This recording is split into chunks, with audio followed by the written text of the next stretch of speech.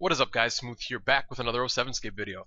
Now, this isn't my usual video. I know I haven't done anything like this in a while. I've mostly been trying to stick to gameplay content, but I thought this was extremely important because it's going to have a very big effect on the economy and the future of Runescape 07.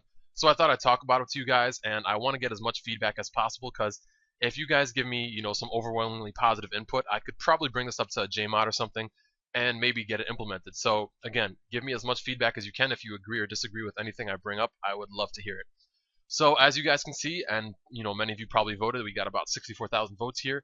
They made a poll asking if we wanted to bring rares back into the game and if we were going to make them tradable. Now you can see the first poll, the first question was, would you like rare items to return in some form? And it got an 85% vote, which basically means a yes at this point. And for the second one, if you vote for rare items to return, would you like the currently tradable rare items to remain tradable?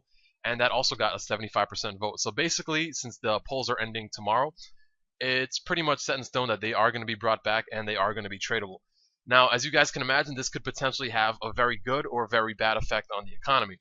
And the way RuneScape 07 works is kind of similar as far as the economy is concerned. It's very similar to how the EOC is.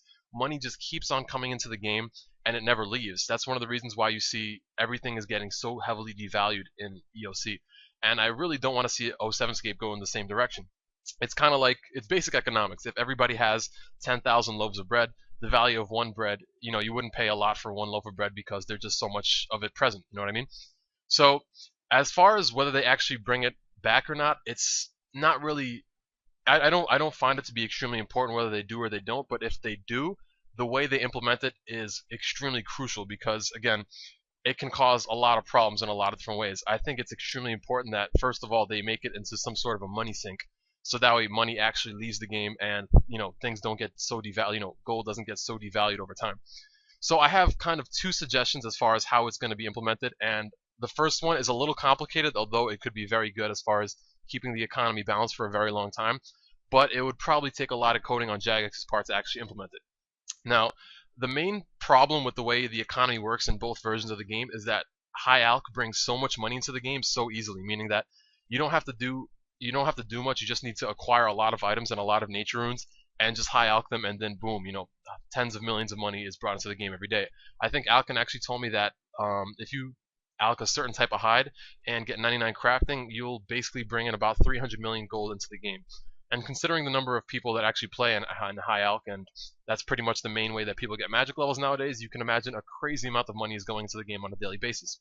So the first thing that I thought would implement is you make shops in, it could be anywhere. It could be in Falador, Varrock, or whatever the case is. Some private servers actually did this, but they actually did it with a set price, which I don't like because basically it already sets the value for rares in the game, meaning that they will only drop below whatever Jagex sets it at.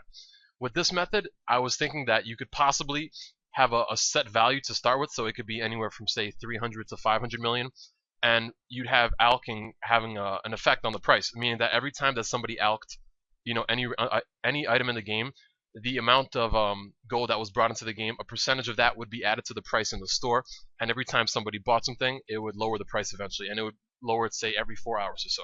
So just to kind of explain how this works, because I know that could kind of sound like word vomit if it's not put into perspective, is that let's say that a party, like a white party hat, started off at 500, like they all start at 500 million, but I'll use one as an example.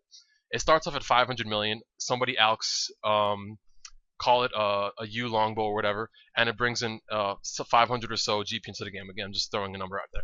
So the 500 GP, you take, let's say, 100 of that, and you add that to the price of a white party hat. And keep in mind that as everybody does, it would steadily increase the price, over time. And the problem is that this would take a lot of coding for Jagex. Now, let's say that, several thousand alchs occurred, and it caused the value to go up to, say, 700 million. When somebody would buy that item, the value would then drop a little bit, and let's say it would drop by 5%, so that would lower the price to a little bit above 600 million. And then it would go up again as people start alching, and then it would kind of create some sort of balance with bringing money into the game and money exiting the game through that. Now this is kind of complicated, and it would be very important for Jagex to get the numbers exactly right. So I'm not crazy about it, but it could potentially be very good if it was implemented properly. Again, I was just kind of throwing numbers out there as far as percentages, but you can imagine that it could, potentially cause a lot of money to leave the game.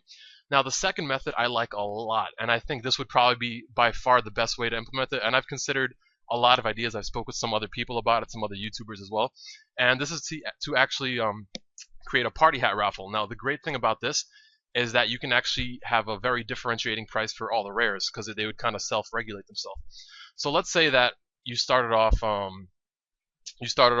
a raffle at the beginning of each day. It could be at 12 p.m. GMT or whatever the case is, and it would cost 1 million to buy a raffle ticket, and you could choose to buy a raffle ticket for any of the five party hats or 6 party hats or whatever. And as far as crackers, I haven't thought about that yet, but maybe they could do that once a week, and they can make party hats a daily raffle. And as far as if people thinking that dailies might be too often, I don't think that would be the case, because there are definitely several thousand party hats in circulation in EOC and a couple hundred crackers, so it wouldn't create a crazy amount since there's new party hats coming in each day. They'd still be very rare. And the way it would work is that you would choose which party hats to buy a raffle on. They would be 1 million each, and then at the end of each day, a random person would win it. Very, very simple. And if one party hat was more desirable than the next, like let's say people decide that blue is still the one that they want the most, they buy the most of those kind of raffles, and it would be the harder one to win, so it would be more desirable, and people would try getting that as the street value increased on a daily basis. So in theory, let's say people only put in like 150 raffles for the purple party hat, but 700 raffles were bought for the blue party hat, so they'd actually regulate the value themselves.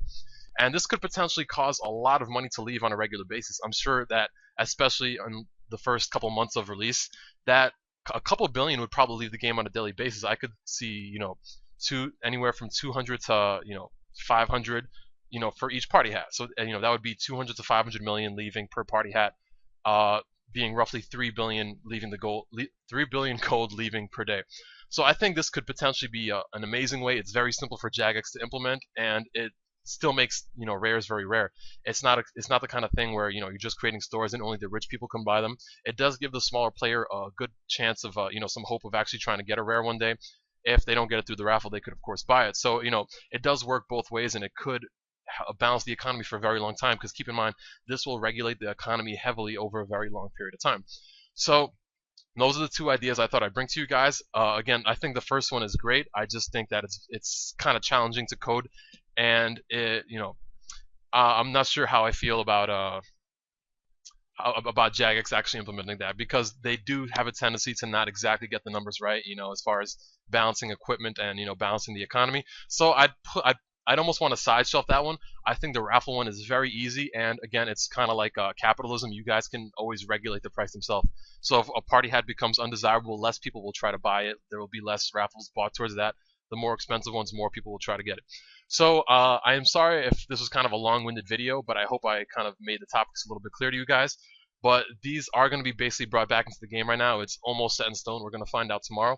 But yeah, I'd love to hear some feedback as far as what you guys think should be done, and if you guys actually have a better idea or maybe improving upon the raffle idea, I would definitely like to hear it, and I can bring it up to Jagex somehow. Anyway, that's about it for this video, guys. I hope you enjoyed it, and I'm looking forward to some feedback, so I'll see you guys all soon. Peace.